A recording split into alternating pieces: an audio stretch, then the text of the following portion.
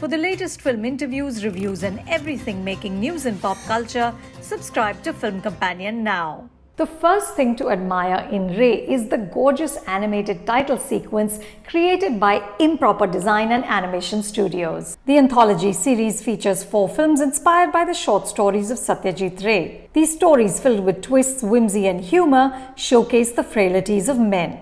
Women might prod or even propel the plot, but the focus of these stories are male protagonists grappling with neurosis, breakdowns, arrogance, and insecurities. The titles, which begin with a man falling through space, echoing the iconic poster of Alfred Hitchcock's Vertigo, give us intriguing hints of the nightmares to come.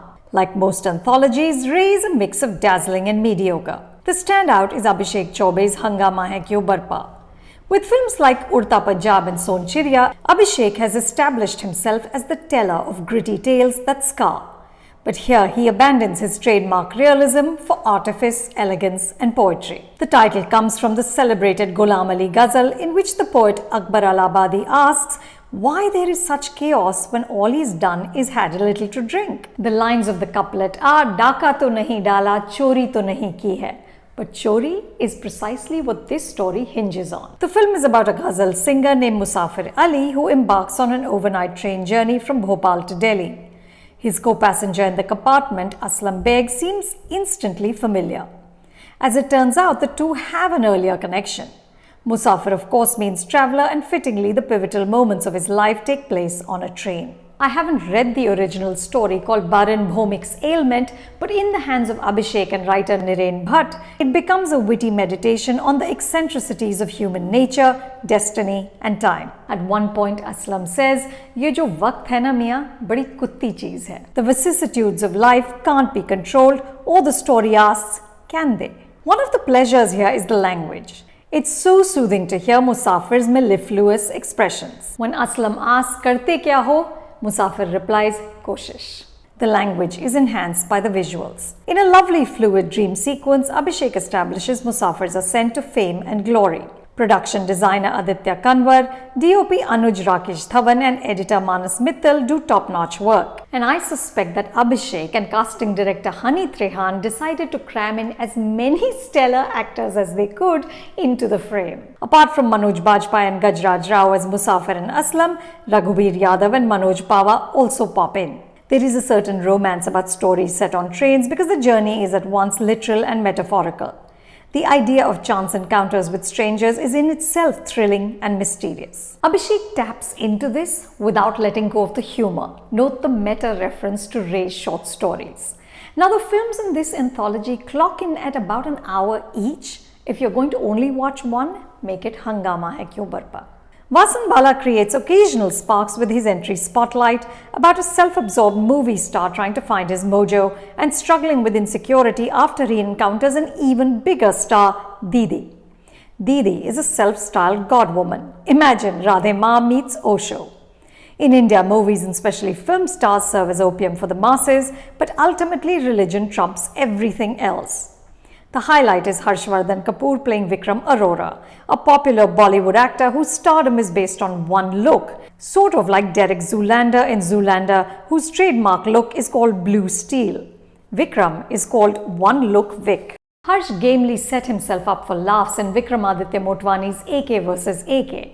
Here he goes further. Vikram is joyless, demanding, and not very talented. Harsh plays him with a nice touch of petulance and childishness. Chandan Roy Sanyal as his beleaguered manager and confidant Robbie adds to the laughs. When Vikram calls himself an artist, Robbie helpfully reminds him that he did a shoe ad with the hashtag "How far can you go?" and then follows that up with the killer line that Vikram, who's invested in a tech startup, can never achieve the Ryan Gosling meets Elon Musk look.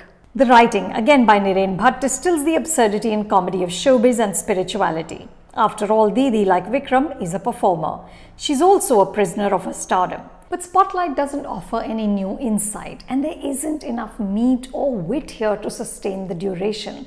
At a little over an hour, this is the longest film in the anthology. The entry of Radhika Madan as Didi revives the sagging film a little.